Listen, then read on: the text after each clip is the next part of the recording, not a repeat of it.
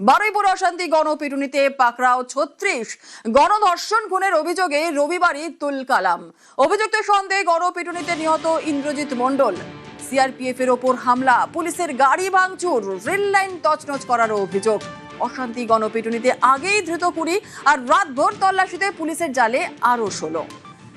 কাদেরকে আটক করা হয়েছে সেই বিষয় নিয়ে অবশ্যই কথা বলবো, কিন্তু যেমনটা আপনাদের জানাচ্ছিলাম যে সিআরপিএফ এর ওপর হামলা, পুলিশের গাড়ি ভাঙচুর, রেল লাইন তছনছ করার একাধিক অভিযোগ রয়েছে। অশান্তি গণপিটুনিতে আগেই ধৃত ২০ আর রাতভর তল্লাশিতে পুলিশের জালে এবার আরো ১৬। মেডিকেলের জন্য নিয়ে যাওয়া হয়েছে ধৃতদের। আরো বিস্তারিত জানবো, আমাদের সঙ্গে রয়েছেন আমাদের প্রতিনিধি রওনাক। সরাসরি চলে যাব রওনাকের কাছে। রওনাক, বারুইপুরের অশান্তি গণপিটুনিতে পাকড়াও ৩৬। রাত ভোর তল্লাশি অভিযান চালানোর পর আরো বেশ কয়েকজনকে পাকড়াও করা হয়েছে। ঠিক কোথা থেকে কাদের পাকড়াও করা হয়েছে, কি তাদের পরিচয়, কি আপডেট পাওয়া যাচ্ছে? দেখো, একেবারে এই বারুইপুরে যখন যে ঘটনা ঘটে, তারপরে গণপিটুনি এবং অশান্তির ঘটনায় মোট ২৮ জনকে বারুইপুর থানার পুলিশের তরফ থেকে এখনো পর্যন্ত গ্রেফতার করা হয়েছে এবং এখনো ৮ জনকে আটক করে জিজ্ঞাসাবাদ চালানো হচ্ছে। তুমি জানো, গতকালই ২০ জনকে গ্রেফতার করা হয়েছিল এবং গতকাল রাতে ২০টি টিম বারুইপুর থানার পুলিশের, তারা সূর্যপুর হাট থেকে শুরু করে তার পার্শ্ববর্তী বিভিন্ন এলাকায় তল্লাশি অভিযান চালায় এবং সেখান থেকে ১৬ জনকে ডিটেন করে থানায় নিয়ে আসা হয়। তার মধ্যে ৮ জনকে ইতিমধ্যে গ্রেফতার করা হয়েছে এবং ৮ জনকে এখন আটক করে রাখা হয়েছে। পুলিশ সূত্রে আমরা জানতে পারছি এই যে গ্রেফতারির সংখ্যা তা কিন্তু আরো বাড়বে। অর্থাৎ এই ঘটনার জেরে প্রায় ২০০ জনেরও বেশিকে চিহ্নিত করেছে পুলিশ, যারা সেদিনকার এই গণপিটুনি এবং অশান্তি ছড়ানোর ঘটনায় ওতপ্রোতভাবে জড়িত ছিল। অর্থাৎ পরিকল্পিতভাবে এই অশান্তি ছড়ানো হয়েছে কিনা এই বিষয়টিও কিন্তু পুলিশের তরফ থেকে খতিয়ে দেখা হচ্ছে। এখনো পর্যন্ত মোট পুলিশের জালে ২৮ জন, অর্থাৎ ২৮ জনকে গ্রেফতার করা হয়েছে, ৮ জনকে আটক করে জিজ্ঞাসাবাদ করা হচ্ছে এবং এই ঘটনার জেরে গ্রেফতারির সংখ্যা আরও বাড়বে এমনটাই জানা যাচ্ছে। যেভাবে দেখা গেছিল সেদিন সকালবেলায় রাস্তা অবরোধ করে ট্রেন লাইনে বিক্ষোভ, রেল চলাচল ব্যাহত ছিল এবং পুলিশের গাড়ি, পুলিশ কর্মীকে মারধর করা, বেধড়ক মারধর করা হয়েছিল, যার ফলে কিন্তু গুরুতর জখম অবস্থায় পুলিশ কর্মীদের হাসপাতালে ভর্তি করা হয়েছিল এবং কেন্দ্রীয় বাহিনী জওয়ানদের ওপরেও কিন্তু হামলা চালানো হয়েছিল। অর্থাৎ এই বিষয়কে কেন্দ্র করে পুলিশ, সরকারি কর্মচারীর উপরে মারধর করা, সরকারি কাজে বাধা প্রদান করা, এই একাধিক ধারা রুজু করে ইতিমধ্যে পুলিশ মামলা করেছে এবং সেই ঘটনাতেই এখনো পর্যন্ত বারুইপুর থানা পুলিশের তরফ থেকে ২৮ জনকে গ্রেফতার করা হয়েছে, ৮ জনকে এখনো আটক করে রাখা হয়েছে। এছাড়াও আরও একটি বিষয় আমরা জানিয়ে রাখবো যে এই গ্রেফতারির সংখ্যা যেমন বাড়বে, অন্যদিকে এর পেছনে কোনো রাজনৈতিক ব্যক্তিত্বের মদত ছিল কিনা সেটাও কিন্তু পুলিশের স্ক্যানারে রয়েছে। প্রত্যেকটি জায়গার ক্লোজ সার্কিট ক্যামেরার ফুটেজ পুলিশ ইতিমধ্যে খতিয়ে দেখছে এবং প্রসঙ্গত বলে রাখা ভালো, যখন এই ঘটনা ঘটে বেশ কয়েকটি কিন্তু ক্লোজ সার্কিট ক্যামেরাও ঘুরিয়ে রাখা হয়েছিল। অর্থাৎ পুলিশ সেই কারণেই মনে করছে যে এই অশান্তি ছড়ানোর ঘটনা পরিকল্পিতভাবে করা হয়েছিল। এর পেছনে আরও কারা কারা রয়েছে এই বিষয়ে খুঁজতে কিন্তু এখনো পুলিশের তরফ থেকে বিভিন্ন জায়গায় তল্লাশি অভিযান চালানো হচ্ছে। একেবারে সেই খবরের দিকে অবশ্যই নজর থাকবে। আপাতত ধন্যবাদ রওনাক। আর বারুইপুর অশান্তিতে দেশদ্রোহীদের হাত, অশান্তি ও গণপিটুনিতে রাজনৈতিক কি উস্কানি? যারা উস্কেছেন তারা পলিটিক্যাল লোক। আগেই বারুইপুরে গিয়ে সরব হয়েছিলেন মুখ্যমন্ত্রী শুভেন্দু অধিকারী। মব লিঞ্চিং করে যাকে পিটিয়ে মারা হয়েছে ইন্দ্রজিৎ মণ্ডল, উনিও ইনোসেন্ট। পুলিশ আমাকে যা বলেছে এটা আমার কথা না, তার পরিবারের সঙ্গে আমি মিট করেছি, তিনিও জাস্টিস পাবেন। যত পুলিশের গাড়ি ভেঙেছেন, রেল লাইন উপড়েছেন, প্রায় অ্যাপ্রক্স 200 আইডেন্টিফাইড হয়েছে, প্রত্যেককে অ্যারেস্ট করা হবে। একটা লোককেও ছাড়া হবে না। পিছন থেকে যারা উস্কেছেন পলিটিক্যাল লোক, যারা ইলেকশনে রিজেক্ট হয়েছে, কেউ ক্ষমতা থেকে গেছেন, কেউ শূন্য থেকে ১ হয়েছেন এবং radical force, anti national force যারা পিছন থেকে উস্কেছেন তাদেরকেও আইডেন্টিফাই করা হয়েছে, তাদেরকেও ঠিক প্রপারলি শিক্ষা দেওয়ার কাজ সরকার করবে। আর মব লিঞ্চিং করে যে নিরীহ লোকটাকে বা ছেলেটাকে মেরে দিচ্ছে, সেখানেও যারা হত্যাকারী তাদেরকেও মার্ডার কেসে যুক্ত করা হবে। পুলিশকে ডাইরেক্ট ইনস্ট্রাকশন আছে, যারা যারা হুলিগানিজম করেছে পুরো দিন ধরে তাদের এগেনস্টে অ্যাকশন হবে। প্রায় 200-র বেশি আইডেন্টিফাইড লোক, তাদেরকে আমি পরিষ্কার বলে গেলাম যারা উস্কানি দিয়েছে, কারোর ইন্ধনে পলিটিক্যাল বায়াসনেস নিয়ে মিডিয়াতে পাবলিসিটির লোভে, সোশ্যাল মিডিয়ায় চিপ ভিউয়ার্স বাড়ানোর জন্য ওদেরও কিন্তু ছাড়া হবে না, তারাও ভুগবে, এটুকু আমি বলে দিই। গুন্ডাদের ভুগতে হবে শুভেন্দু অধিকারীর কড়া হুঁশিয়ারি। আমাদের অনেকগুলো পুলিশকেই ইনজোর্ড করেছিল এরা অত্যন্ত খারাপ কাজ করেছে, এই গুন্ডাদের ভুগতে হবে, প্রত্যেককে অ্যারেস্ট করব। এখানে আরএন টেগরে একজন ছিলেন লেডি, আরেকজন ট্রিটমেন্ট করে বেরিয়ে গেছেন, ইনি অ্যাডমিশন আছেন, এনার ভালো চোট আছে, ওটি হবে কালকে। আমি আমার কনস্টেবল ভাইকে বলে এলাম, সরকার আছে সাথে। মহিলা কনস্টেবল ভর্তি আরএন টেগরে, তার উনি এখন ঠিক আছে, উনার রিপোর্ট নিলাম আমি, ঠিক আছেন। উনার কালকে ওটি হবে, ওনার সিরিয়াস আছে, ওনারও সিরিয়াস ছিল কিন্তু is now out of danger. Inner কালকে ওটি হবে বলে এলাম, পুরো ডিপার্টমেন্ট সাথে আছে, সব গুন্ডাকে ধরা হবে। ওখানে যারা নেতাগিরি মাতব্বরি করেছে হবে, প্রত্যেক কাউকে ছাড়া হবে। মেরেছে, ভালো করেছে, এটা করা উচিত, সঠিক বিচার হয়েছে। ফুল আস্থা আছে, দাদা বলেছে এমন শাস্তি দেবো তুমি শুধু দেখে নেবে। এই ধর্ষকদেরকে কোর্টে পাঠাবো না। ও অন্যায় করেছে, ও দোষ করেছে, ও হচ্ছে গুলি খেয়েছে, এটা বলার কিছু নেই। গলি কম করেছে, সবার সামনে ফাঁসি দিত ভালো। দিনে ধরবো, রাত্রি কাম তমাম, সেরকমে আজ করে দিলেন। সকালে জমা নেব, বিকালে খরচ করব। ও যা কর্ম করেছে তাতেই গেছে আমার শান্তি। আমার তামান্না চলে গেছে। যদি বিজেপি সরকার তখন থাকতো তাহলে ওই ক্রিমিনালগুলো আজ পর্যন্ত এই দুনিয়ায় থাকতো না। ফাঁসি দিলেই তো তারা বেঁচে যাচ্ছে, তাদের কম সাজা হলো তার।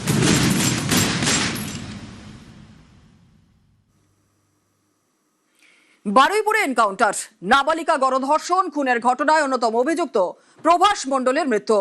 পুলিশের দাবি, ঘটনার পুনর্নির্মাণের জন্য মঙ্গলবার গভীর রাতে প্রভাসকে ঘটনাস্থলে নিয়ে যাওয়া হয়েছিল, আর সেখানেই পুলিশের আগ্নেয়াস্ত্র ছিনিয়ে নেয় প্রভাস। পুলিশকে লক্ষ্য করে এক রাউন্ড গুলি চালায়, পালানোর চেষ্টা করে। পুলিশের দাবি, তখনই আত্মরক্ষার্থে বাধ্য হয়ে গুলি চালায় তারা। এনকাউন্টারে মৃত্যু হয় প্রভাসের।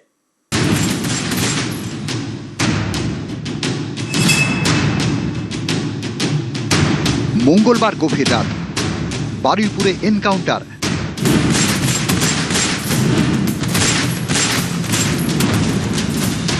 নাবালিকাকে গণধর্ষণ খুনে অন্যতম অভিযুক্ত প্রভাস মণ্ডলের মৃত্যু।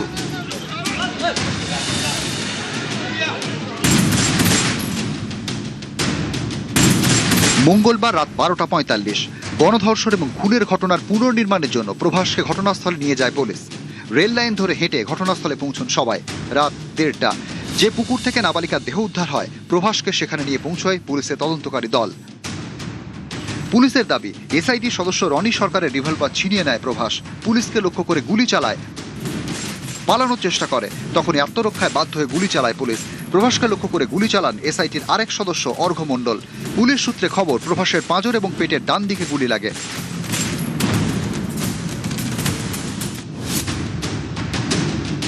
মুখ্যমন্ত্রীর উপর আমার পুরো ভরসা আছে। দাদার সঙ্গে কাল কথা হয়েছে, দাদার উপর পুরো ভরসা রেখেছি। আমি খুশি আছি এতে। আমি চাই সবাই এরকম শাস্তি পাক। পুলিশ প্রশাসনের উপর ভরসা আছে, পুলিশ ঠিকঠাক কাজ করছে। বুধবার সকালে সবার আগে এনকাউন্টার স্পটে পৌঁছয় নিউজ 18 বাংলা। প্রভাস মণ্ডল, তাকে নিয়ে গতকাল রাত্রি 12:45 এই ঘটনাস্থলে রিকনস্ট্রাকশনের জন্য এসে পৌঁছয়। প্রভাস মণ্ডলকে নিয়ে আসার পরেই যেটা পুলিশের তরফে দাবি, যে জায়গাতে এই ঘটনা ঘটেছে সেই জায়গাতে পুলিশের কাছ থেকে রিভলভার ছিনিয়ে নিয়ে, সার্ভিস রিভলভার ছিনিয়ে পুলিশের দিকে লক্ষ্য করে এক রাউন্ড গুলি ফায়ার করা হয়। এবং যখন এই ঘটনা হয় তারপরে যে ছবি তুমি দেখতে পাচ্ছ, এই জায়গা দিয়ে প্রভাস মণ্ডল পালানোর চেষ্টা করেছিল, পুলিশকে বাধ্য হয়ে সেই সময় আত্মরক্ষার্থে গুলি চালাতে হয়। পুলিশকে লক্ষ্য করে গুলি চালানোর পরে পাল্টা গুলিতে এই জায়গাতেই প্রভাস মণ্ডলের মৃত্যু হয়।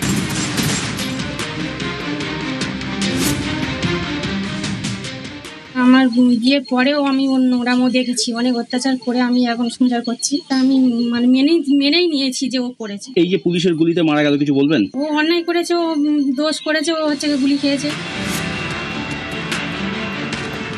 শনিবার বিকেল বন্ধুর বাড়ি যাওয়ার জন্য বেরোয় নাবালিকা। এরপর থেকে নিখোঁজ, রাত পর্যন্ত কোনো খোঁজ মেলেনি তার। রাতেই পুলিশের দ্বারস্থ হয় পরিবার। রবিবার সকালে এলাকার একটি পুকুর থেকে উদ্ধার হয় নাবালিকার বস্তাবন্দি দেহ। সিসি ক্যামেরার ফুটেজে দেখা যায় মেয়েটিকে সঙ্গে করে নিয়ে যাচ্ছে এক ব্যক্তি। ফুটেজ দেখে অভিযুক্ত প্রভাস মণ্ডলকে চিহ্নিত করেন স্থানীয়রা। এই প্রভাস মণ্ডলকে নিয়েই নাবালিকার দেহ উদ্ধার।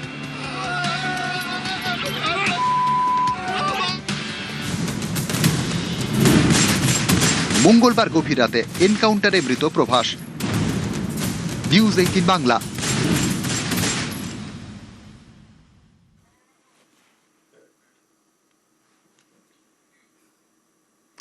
নাবালিকাকে অপহরণ, তারপরে গণধর্ষণ, খুন, দেহ পুকুরে ফেলে প্রমাণ লোপাটের চেষ্টা। তদন্তকারীদের দাবি গোটা ঘটনার অন্যতম মাস্টারমাইন্ড প্রভাস মণ্ডল। মঙ্গলবার এনকাউন্টারে মৃত্যু হয়েছে প্রভাসের।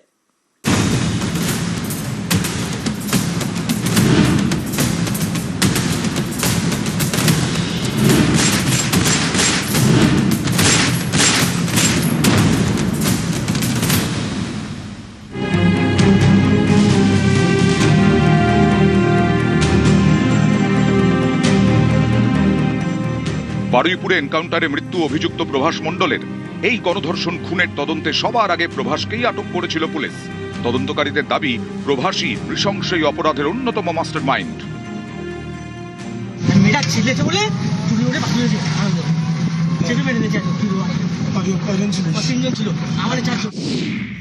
নাবালিকাকে অপহরণ, গণধর্ষণ, খুন, দেহ পুকুরে ফেলে প্রমাণ লোপাটের চেষ্টা। অভিযোগ, বারুইপুরের নৃশংস অপরাধের প্রতিটি স্তরেই অন্যতম মাস্টারমাইন্ড প্রভাস মণ্ডল।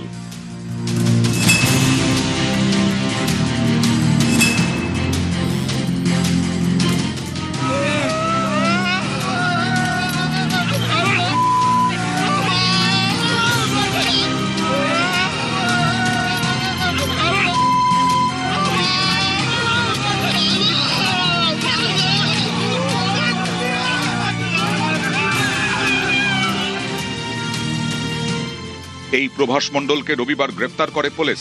তদন্তকারীদের দাবি, শুধু ধর্ষণ বা খুন নয়, তথ্য প্রমাণ লোপাটের চেষ্টাতে অন্যতম মাস্টারমাইন্ড প্রভাস।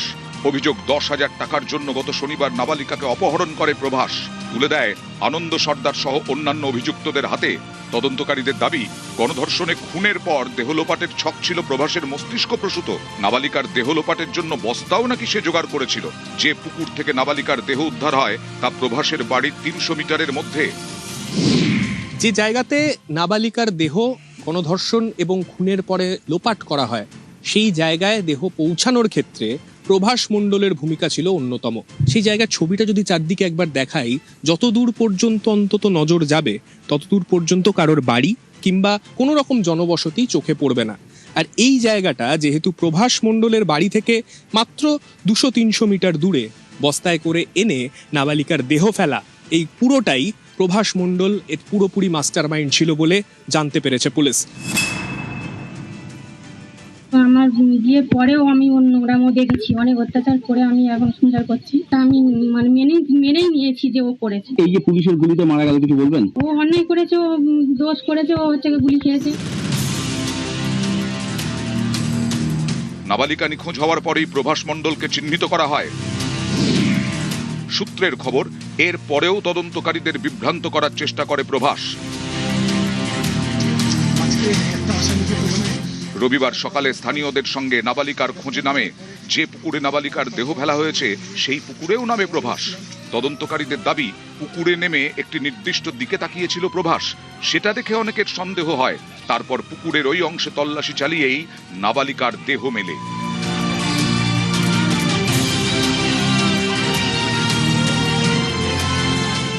দেহ মিলতেই বাসিন্দাদের ক্ষোভের মুখে পড়ে প্রভাস। মর্মান্তিক ঘটনা, বাচ্চাটাকে নৃশংসভাবে রেপ করে মারা করেছে। বাড়ির লোক ক্ষিপ্ত হয়ে ওকে মেরে ফেলতে চাইছিল। তো এইরকম সমাজের কীট পতঙ্গগুলোকে কি করা উচিত আপনি দেখুন। একটা মাত্র 12 বছর বয়সের মেয়ে, আপনি ভেবে দেখুন একবার যে এই জানোয়ারগুলোর কি করা উচিত। নাবালিকার দেহ উদ্ধারের পরেই প্রভাসকে ধরে থানায় নিয়ে যাওয়া হয়। থানায় যাওয়ার পথে প্রভাস দাবি করে ঘটনার সময় সে নাকি ছিল না। ওকে খারাপ কাজ করেছি আমি, খারাপ আমি করিনি। শোন এবার শোন, এবারে বলে এবারে আমি যদি টাকা পয়সা দিবি, আনন্দ আছে আর ওরা বন্ধু আছে বলে এবার 4 জন এসেছি। আমার তাহলে খাওয়া হয়েছে, টাকা দরকার লাগে ওকে রেখে দে, যা টাকা দেওয়া নিবি এখন, ঠিক আছে? নিয়ে ও ট্রেনে চলে গেছে। মেয়েটা ছেলেছে বলে চুরি ওঠে পাঠিয়েছে আনন্দ, চেপে মেরে দিয়েছে নিয়ে ট্রেনে চলে যেতে পারে। কয়জন ছিল? 3 জন ছিল, আমাদের 4 জন। খারাপ কাজ কে করেছে? খারাপ কাজ আমি করিনি, আর সত্যি কথা বলতে পারবো না, আমি করেছি না, ওরা বলতে পারছে ওরা করতেছি না, কিন্তু আমি তো এই ভাগে আমি ছিলাম, ওরা নিয়ে তারপর আমি ছিলাম না। নাবালিকার দেহ উদ্ধার হওয়ার পরে রবিবারই গ্রেফতার করা হয় প্রভাস মণ্ডলকে। মঙ্গলবার রাতে তাকে ঘটনাস্থলে নিয়ে যাওয়া হয় ঘটনার পুনর্নির্মাণের জন্য। সূত্রের খবর, তখনই পুলিশের আগ্নেয়াস্ত্র ছিনিয়ে নিয়ে গুলি চালায় প্রভাস। আত্মরক্ষার জন্য বাধ্য হয়ে গুলি চালায় পুলিশও। এনকাউন্টারে মৃত্যু হয় বারুইপুর গণধর্ষণ খুনে অভিযুক্ত প্রভাস মণ্ডলের।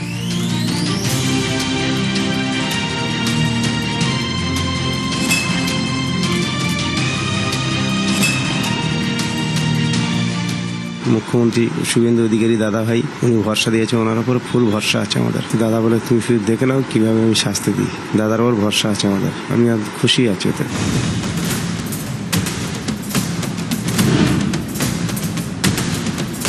নিউজ 18 বাংলা।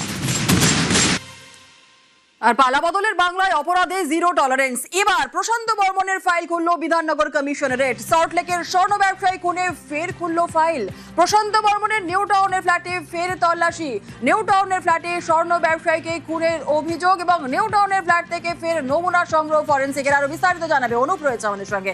অনুপ, দেখো, স্বর্ণ ব্যবসায়ী যে খুনের ঘটনা ঘটলে সেই খুনের ঘটনা নতুন করে কিন্তু ফাইল খুলল বিধাননগর পুলিশ কমিশনার। অভিযুক্ত যে প্রশান্ত বর্মন, তার বিরুদ্ধে কিন্তু নতুন করে যে পদক্ষেপ নিচ্ছে সেটা কিন্তু স্পষ্ট হচ্ছে। বিডিও প্রশান্ত বর্মনের বিরুদ্ধে কড়া যে পদক্ষেপ নেবে এমনটাই কিন্তু আরো স্পষ্ট হওয়ার পর ইতিমধ্যে নিউ টাউনের স্বর্ণ ব্যবসায়ী যেখানে খুন করা হচ্ছে যে বিডিও প্রশান্ত বর্মনের ফ্ল্যাটে, সেই বিডিও প্রশান্ত বর্মনের ফ্ল্যাটে নতুন করে কিন্তু ফরেন্সিক আধিকারিকদেরকে নিয়ে বিধাননগর সাইবার ক্রাইম থানা, বিধাননগর গোয়েন্দা শাখার পুলিশ এবং এসটিএফ আধিকারিক তারা যৌথভাবে কিন্তু নমুনা সংগ্রহ করলো। নিউ টাউনের এই যে ফ্ল্যাট, সেই ফ্ল্যাটে 4 ঘন্টার বেশি কিন্তু ধরে নমুনা সংগ্রহ করলো এসটিএফ এর আধিকারিক, তারা যেমন উপস্থিত ছিল তার পাশাপাশি ফরেন্সিক আধিকারিক, অন্যদিকে বিধাননগর কমিশনারেটের গোয়েন্দা বিভাগ, প্রত্যেকে তারা আলাদা আলাদা ভাবে কিন্তু নমুনা যেমন সংগ্রহ করেছে এবং একাধিক যে ফ্ল্যাটের দরজা যে বন্ধ ছিল, খালা অবস্থা ছিল, সেখানে দরজা ভেঙে ভিতরে প্রবেশ করেছিল এবং সেখান থেকে দেখা যায় যে নমুনা সংগ্রহ তারা করেছে। পালাবদলের পরেই কিন্তু পদক্ষেপ নিতে চলেছে এমনটাই বলা ছিল, তার কারণ বিগত সরকারের আমলে এই বিডিও প্রশান্ত বর্মনের টিকি পর্যন্ত কিন্তু পুলিশ ছুটে পারেনি। কিন্তু দেখা গেল পালাবদলের পরবর্তী ক্ষেত্রে বিধাননগর পুলিশের পক্ষ থেকে বিধাননগর গোয়েন্দা শাখার পুলিশ, বিধাননগর সাইবার ক্রাইম থানা, অন্যদিকে বিধাননগর গোয়েন্দা বিভাগ, পাশাপাশি এসটিএফ আধিকারিক তারা কিন্তু যৌথভাবে এই তদন্ত প্রক্রিয়া শুরু করলো এবং কড়া পদক্ষেপ হচ্ছে এটা কিন্তু আরো জোরালো হচ্ছে। ধন্যবাদ অনুপ।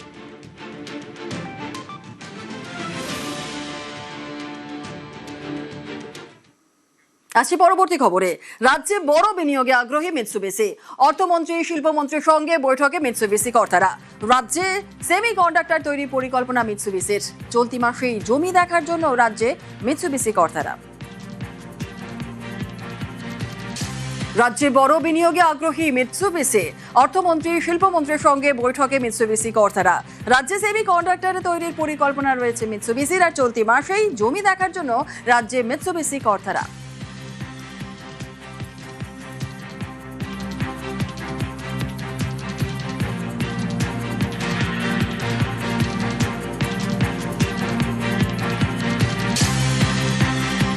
আজকে মিৎসুবিসির সঙ্গে একটা মিটিং ছিল। মিৎসুবিসিও এখানে বিনিয়োগ করতে ভীষণভাবে আগ্রহী। আমরা বসেছিলাম, অর্থমন্ত্রী ছিলেন। এ মাসের মধ্যে আবার তারা আসছেন। প্রয়োজনে আমরা তাদের যা তাদের প্রয়োজন সেটা তারা বলবে এবং আমরা সেগুলো তাদেরকে দেখাবো। সেমি কন্ডাক্টরে তারা প্ল্যান্ট বসাতে খুবই আগ্রহী।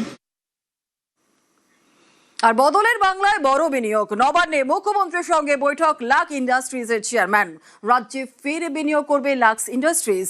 নবান্নে মুখ্যমন্ত্রীর সঙ্গে বৈঠক অশোক কুমার টোডির। বদলের বাংলায় বড় বিনিয়োগ। নবান্নে মুখ্যমন্ত্রী শুভেন্দু অধিকারীর সঙ্গে বৈঠক লাক ইন্ডাস্ট্রিজের চেয়ারম্যান। আর রাজ্যে ফের বিনিয়োগ করবে লাক্স ইন্ডাস্ট্রিজ। নবান্নে মুখ্যমন্ত্রীর সঙ্গে বৈঠক অশোক কুমার টোডির।